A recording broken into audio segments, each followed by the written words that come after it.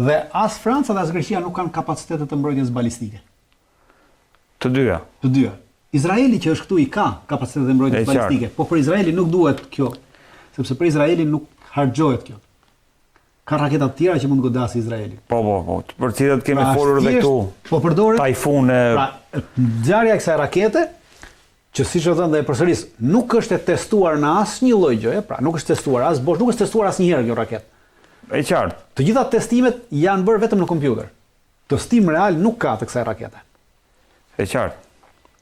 Dhe që kjo raketë të hyjë në funksionim duhet të kalojë të paktën testime 1 vit, 2 vjet, sepse do ta testosh në të gjitha llojet e kushteve atmosferike. Si do të reagojë? Në fillim do ta testosh pa kapacitetet e saj të mbushjes, dhe më pas e testohen me kapacitet e mbushjes, se mund mos t'i mbajt. Atë prafasisht pretendohet t'i mbajt 3 ton, po mund mos t'a mbajt 3 ton. Mund ndikoj, pra këtu është gjithë. Zakonisht sa mbajnë këto dritan? Varet, sepse varet nga raketat, pra e qartë. Raketat ruse mbajnë edhe ka raketa që mbajnë edhe diku të rreth 12 ton. Pra ti varet se nga raketat, pa janë raketat të testuara. Këto janë të patestuar. Dhe kjo është për Greqinë dhe Francën. Për Greqinë dhe për Francën, sepse këto janë të vetme 2 vende që kanë bërë aleancë ushtarake me idenë që t'i kundërpërgjigjen Turqisë, por që nuk kanë mbrojtje balistike. Nuk ekziston mbrojtje balistike për këto. Dhe kjo është mesazh për këto. Kjo është mesazh për këto. Ndërkohë, ajo harta tjetër e regjia ku ishte e gjitha pak a shumë kjo ishte pavarësisht saj, pra duhet kemi që Turqia ashtu. Rusia është vendi i cili posedon mbrojtje balistike. Radar, se gjithçka tjetër. Pra posedon gjithçka. Kina po ashtu posedon mbrojtje balistike.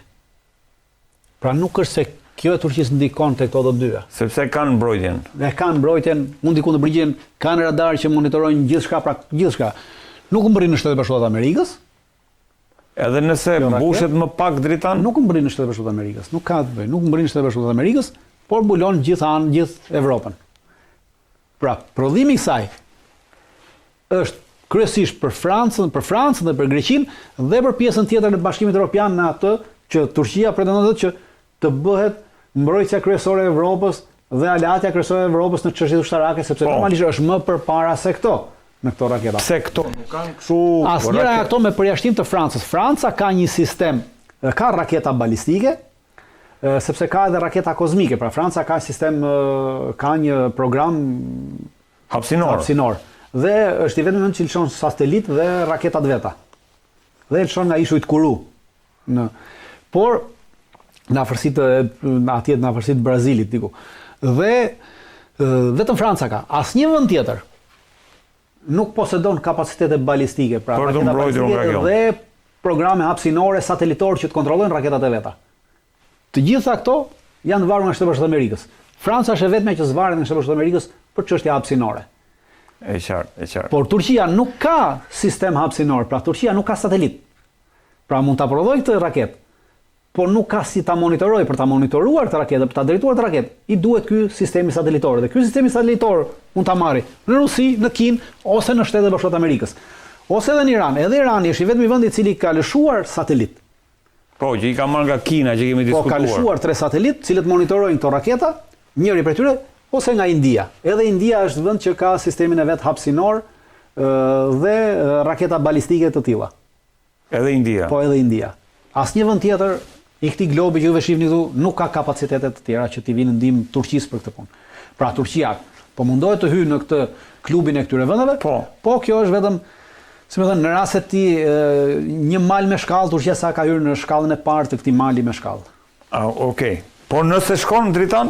Do shumë, pra nuk mund ta bëj, do shumë, është çështje pa ndihmën e këtyre vendeve të tjera nuk mund ta bëj. Pra edhe India ka bërë me ndihmën e Rusisë, nga ngritur sistemin e vet hapësinor, satelitët e saj, gjithçka ka bërë me ndihmën e industrisë ruse dhe me ndihmën e shkencës ruse. Franca e ka bërë vetë, sepse ka pasur të vetat, ka pasur shkencëtarët e vet më parë ka bërë këto dhe ka bërë në kooperim edhe me Korenë, me këtë Afrikën e Jugut dikur, kur ishte Afrika e Jugut apartheid. Sepse në Afrikën e Jugut në apartheid vajtën u vendosën pjesa më e madhe, një pjesë e mirë e shkencëtarëve që kishte mbledhur Gjermania naziste. Dhe atje pastaj vajtën në Afrikën e Jugut pas luftës botërore dhe krijuan apartheidin dhe kishte këtë kapacitet shkencor dhe në bashkëpunim me Francën e ndihmoi Francën në ngritjen e këtë. Franca pastaj ndihmoi Izraelin që në ngritjen e kapacitetet veta hapësinore dhe këto, në ngritur. Irani është ndihmuar nga Rusia dhe nga Kina në ngritjet e kapacitetet veta balistike dhe hapësinore. Korea e Veriut është ndihmuar nga Kina totalisht. Pra baza kanë qenë Kina dhe Rusia. Pjesa tjetër përket së Bashkuara Amerikës. Turqia tashmë duhet të zgjedhë ku do ta përdori. Pra, ku do ta përdori këtë raketë dhe me këtë do ta përdori këtë raketë. Dhe Turqia tashmë e ka bërë edhe këtë si tip, do të kemi që turqët janë tregtar. Pra kjo dalje është një lloj tregtie. Pra e kanë nxjerrë raketën dhe tashmë pret kush do t'i afrohet për të bashkëpunuar me këtë raketë, për menaxhimin e kësaj rakete, për navigimin e kësaj rakete. E qartë. Ndërkohë pash edhe këtë. Steel Dome quheshe. Kjo është për një hapësirë të caktuar. Kupola e qelikt. Po është një hapësirë për të caktuar me një limit diku rreth 50 deri 120 kilometra, pra kjo e përdorin turqit kryesisht për të mbrojtur bazat ajrore në të cilat ata ndodhen. Pra pretendohej që të vendosë një gjë e tillë edhe në bazën ajrore në Alepo të Sirisë. Kjo është vetëm për këtë, nuk është fjala vetëm për gjithë Turqinë, si kupola e qelikt. Jo, nuk mund të mbajë, nuk siç Iron Domi i asaj, nuk është e tillë, është për një kapacitet të caktuar. Pjesa më e madhe e këtyre nuk e kalon 50 kilometrshin. Më efektive është 20 kilometra. Biles Iraku pardje ka bërë një marrëveshje me Turqinë për të blerë 20 sisteme të mbrojtjes kundërajrore turke që kanë rrezën e tyre 20 kilometra mbrojtje, pra për të mbrojtur këto bazat e tyre ushtarake. Ndërkohë, dritan nesër është ajo parada e 9 majit në Rusi. Ka lajme, të paktën media raporton që vazhdon, nuk ka plan Ukraina që të ndalojë për sa i përket mundësisë së një sulmi nesër edhe gjatë paradës së 9 majit. Ka lajme që thonë që Rusia mund shkojë deri aty sa të godas me një bombë taktike bërthamore në rast se Ukraina do sulmojë apo në kohën kur do kryhen parakalimet për këtë fest. Kemi që sot, rusët kanë shpallur një lloj pushimi nga data 8 deri me datë 10, që janë ditët festive të luftës të fitores mbi fashizmin dhe mbi nazizmin. Me datë 9 bëhet parakalimi vjetor që bëhet në Moskë. Kjo nuk do të thotë, pra kjo shpallje janë pushimit nga ana e rusëve, shpallur janë pushimin në gjitha, pra forcat ruse nuk po lëvizin më në drejtimet e frontit, pra por kjo nuk do të thotë që forcat ruse nuk i kundërpërgjigjen goditjeve të Ukrainës në të gjithë vijën e frontit. Dhe në gjithë vijën e frontit ka pasur luftime, por jo në aspektin sulmues nga ana e rusëve, por në aspektin e mbrojtjes në këtë aspekt, në ato pika që ata vendosin atë vijë fronti që cilat ndodhet. Kundërgoditja e rusëve ndaj Kievit do të vijë vetëm në rast se do të goditet Moska ditën e caktuar, pra jo për shkak të vazhdimit të luftimeve. Pra vazhdimi i luftimeve në vijën e frontit do të vazhdojë pa problem, pra rusët nuk kanë ndërprer sulmin në vijën e frontit, por rrinë në pozicione mbrojtëse në këtë moment. Dhe sulmet e Ukrainës në këto ditë, pra sot, nesër, pas nesër, në vijën e frontit nuk llogariten në aspektin e saj. Llogaritet vetëm në një rast sulmi masiv me dron nga ana e Ukrainës në drejtim të Moskës, ku do të zhvillohet nesër ceremonia. Vetëm kjo, në rast se do ndodhë një gjë e tillë, atëherë do të kemi një kundërpërgjigje nga ana e Moskës. Nuk ka nevojë të përdoren bomba taktike bërthamore, pra ata që kanë shojtur të tilla gjëra është çështje dëshirash, pra kanë dëshirë që Rusia ta përdori këtë, sepse duke përdorur bombë taktike bërthamore, atë Rusia do të shkonte në një nivel në cilin janë edhe Shtetet Bashkuara të Amerikës, i cili është vendi i parë dhe i vetëm i cili ka përdorur bombë bërthamore ndaj një popullsie civile të panevojshme, pra nuk ishte nevojshme për të përdorur, dhe do t'i jepte një mbështetje morale dhe do t'i krijonte edhe një mik tjetër Amerikës në këtë luftë, në këtë agresionin dhe në këtë genocidin që po bën ndaj Gazës, ndaj Libanit, ndaj Iranit, në gjitha këtyre vendeve veta. Por nuk ka nevojë ta bëjë atë, sepse sot Moska ka kapacitete të tilla ushtarake që të godasi me fuqi konvencionale dhe kinetike çdo lloj objektivi në Kiev dhe në Ukrainë. Prandaj unë nuk besoj që do ndodhë gjë e tillë, për arsye sepse edhe gjithë Evropa nuk ja ka këshilluar, pra me deklarata ndryshme, udhëheqësit ndryshëm europian nuk e kanë këshilluar Zelenskin që të sulmoj me datë 9 Moskën. Pra i kanë tërhequr vëmendjen që biles dje ishte një deklarate Antonio Costa, po. Cili thoshte që me fjalë ishte marrë një pjesë e deklaratës, pra se ai kishte një intervistë të gjatë ku thoshte që duhet patjetër që ne e inkurajojmë Kievin që të ulet në bisedime me Rusinë, edhe në bisedime direkte, t'i shmangemi çdo lloj provokimi, thoshte ai, pra fakti që ai thoshte t'i shmangemi çdo lloj provokimi, do thoshte që politikisht po i thotë që mos e bëj këtë goditje, sepse as neve nuk na kena mbështetur dhe në rast sepse do vimte ajo që në rast se kjo goditje ndodh dhe Rusia bën kundër goditjen, atëherë po i tregon Evropa që neve nuk kemi më kapacitete as të mbrojmë as të vim në ndihmë, dhe je i vetëm në atë moment. E qartë. Prandaj unë nuk besoj që kjo do të ndodhi. Do të jetë diçka normale dhe nuk do të kemi një kundërgoditje të tillë ose një goditje të tillë. Dritan, të falenderoj shumë që të kishe si gjithmonë. Në këtë pjesë e emisionit është bashkuar me mua politologu Endri Tafani. Endri, kënaqësi që të kam. Faleminderit. Endri, mbrëm ka padur sërish, le të themi, në lindjen e mesme, në gjirin e Hormuzit ka patur shkëmbim armësh, goditje me silur. Do të bësh prapë në fillimi këtë pjesën. Nuk ka pasur shkëmbim armësh. E më varja më burr më. Filloi edhe herë burr, nuk është shkëmbim, është shkëmbim raketash. Po s'është shkëmbim armësh edhe. Hajde, ecim. Kelo dhe herë. Se do mboj kjo mu, do mësi. Përshëndetje të nderuar shikues mirë. Në këtë pjesë të emisionit është bashkuar me mua Endri Tafani, politolog ekspert i marrëdhënieve ndërkombëtare. Endri, kënaqësi që të kam si gjithmonë. Kënaqësi gjithashtu. Endri, mbrëm lindja e mesme dhe posaçërisht Hormuzi ka qenë sërish në breshërinë apo në përplasjen e forcave të Gardës Revolucionare dhe le të themi ushtrisë amerikane apo flotës amerikane, nominalisht 3 destroyerave që kanë qenë të pozicionuar në gjirin e Omanit. Çfarë ka ndodhur? Dhe çfarë po ndodh aktualisht? Po, ajo që ka ndodhur është një, si thua, një testim i të dy palëve për gatishmërinë e vet, në kuptimin e atij angazhimi që ka marrë përsipër Irani, angazhimin për sa i përket pjesës bllokimin e ngushtisë së Hormuzit, kurse Shtetet e Bashkuara për po themi angazhimin e vet që në kuadër të operacionit Freedom, ajo që ishte, të kishte mundësitë që të eskortonin ato që janë anijet që kanë ngjerur të bllokuara në ngushticë. Kalimi dje, domethënë, i 3 destroyerëve që ka qenë atë zonë provokoi reagimin e Iranit dhe me aq sa mund të kuptohet, duket sikur ka qenë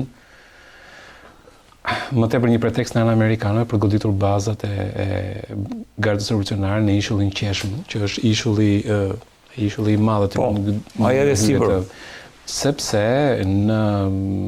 nga sa u vure, domethënë, nëse radhës kaluar, nëse mbani mend para ca ditësh, kur u goditën anijet amerikane, pra u tentuan të goditeshin, se nuk u arritën të goditen, anijet amerikane ju përgjigjen duke mbytur 6, po themi, anijet shpejta nga ato anijet e vogla që pra në atë moment ata u përgjigjen kryesisht zjarrit ndaj që i erdhi në drejtim, kurse dje ishte pak më ndryshe, sepse u goditën baza detare në ishullin Qeshm. Pra duket sikur nga Shtetet e Bashkuara të Amerikës ishte kërkuar një provokim i Iranit për të gjetur një pretekst për të goditur bazën në të cilët niseshin anijet iraniane, që anijet e vogla. Ato të flotës mushkonjave. Ato, po, flota e vogël, e cila pra me anijet vogla, e cila është ajo e cila operon tani në atë zonë. Pra dukesh më tepër si një provokim në ana e Shtetet e Bashkuara pikërisht për të arritur këtë, sepse përgjigjja që erdhi direkt ndaj portit naval, pra portit detar në ishullin Qeshm, tregon që kjo ishte diçka e paramenduar nga Shtetet e Bashkuara të Amerikës. Pra thjesht nuk ju përgjigjen zjarrit dhe normalisht i shkatruan dronët dhe ato anije që ju afruan, anijet vogla, por njëkohësisht goditën pjesën e bazës detare. Pra duket sigurisht më tepër një kalkulim i Shtetit Bashkuar të Amerikës për ta zgjësuar këto. Jo për t'a zgjësuar, por për t'i dhënë një sinjal Iranit dhe për ta ulur edhe pak edhe atë gatishmërinë e Iranit për të imponuar vullnetin e vet në atë zonë, domethënë. Pra duket sigurisht që diçka e paraprogramuar nga ana e amerikanëve. Të paktën me aq sa mund të kuptohet në ajo që është. Ishte të qeshmë është ajo zona të sipër. Po. Pra dhe fakti që pastaj këto anije pastaj shoqërohen me pjesën tjetër ka të bëjë edhe me faktin që Shtetet Bashkuara të Amerikës po tregojnë ato që kanë angazhimin e tyre, pra që unë mund ta mbaj bllokadën, siç është duke mbajtur bllokadën, por në anën tjetër mund të arrijë të bëjë edhe rolin e eskortimit në anën e Hormuzit, pra të atyre anive, siç ndodhi para një jave, para ca ditësh më saktë. Dhe kjo e bën që pozicioni i Shtetit Bashkuar të Amerikës pra të mos ketë ndryshuar shumë nga ai pozicioni i po themi i një javë. Pse vazhdon operacioni sikur operacioni u ndërpre para 2 ditësh nga ana e Trumpit, i cili tha po i japim kohë Iranit që të përgjigjet, pra propozimit ton. Por dhe në momentin kur u ndërpre operacionin ishte edhe lajmi që Arabia Saudite për shembull nuk e kishte lejuar përdorimin e hapësirës së vetë. Ishte lajmi vërtet? Po, ishte lajmi vërtet, nuk e kishte lejuar operacionin sepse i kishin sipas burimeve i kishin ngelur hatrin në kuptimin e faktit që amerikanët kishin vënë përpara faktit të kryer. Pra amerikanët ishin futur dhe kishin thënë operacionin Freedom Trump pa u konsultuar më parë me Arabinë Saudite. Dhe kjo kishte bërë që Arabia Saudite mos lejonte përdorimin e hapësirës vetë ajrore për operacionin po themi Freedom. Sepse operacionin Freedom nuk janë vetëm anijet që kalojnë po themi destroyerët apo frigatat që mund të kalojnë në ngushticën e Hormuzit, po njëkohësisht është dhe suporti logjistik dhe ajror që mund të jetë. Janë bazat që janë atë zonë në të cilët ngrihen helikopterët, helikoptera Apache apo Seahawk, që janë helikopterë që mund të shërbejnë ndaj goditjes ndaj atyre anijeve të vogla. Njëkohësisht janë bazat po themi e aviacionit, të cilat pra kur ndodhi ky operacioni Freedom normalisht ishin disa shtresa, po themi ke ndecet poshtë, ke destroyerët sipër, ke atë njëkohësisht ke atë avionet sipër. Ndecet poshtë destroyerave, ëh? Po, patjetër ka. Janë të shoqëruara, domethënë, vazhdimisht. Pavarësisht edhe vetë destroyerët janë të aftë. Pra, për të dhënë iden, një destroyer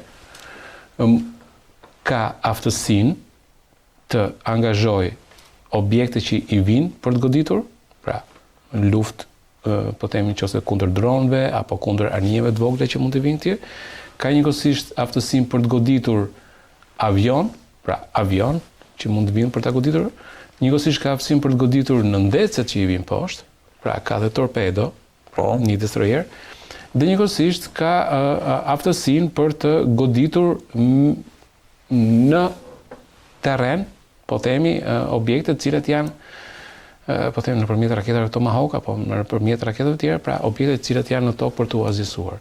Pra destroyeri është një nga gjërat më të mund godas me Tomahawk një destroyer, ëh? Po mund godasi, ka sistemet e tjera, domethënë ka ato sisteme SM2, SM3, SM6, janë shumë sisteme të cilat ka mundësinë të godasë me top, ka mundësinë pra ke top aty në destroyer.